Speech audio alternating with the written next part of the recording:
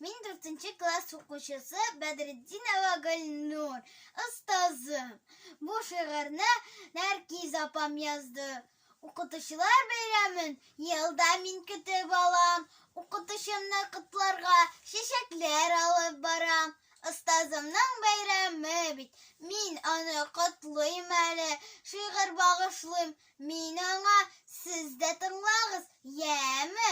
Нурания исемле ул, остазым, укытучым, һәр һөнәргә өйрәтүче, биреп белем ачкычын. Киң күңелле, ачык йөзле, шәфкатьле, уңган шул. Аның белән горурланам, чын укытучы шул. Дөрес юлны күрсәтүче, мәрхәмәтле сез апам.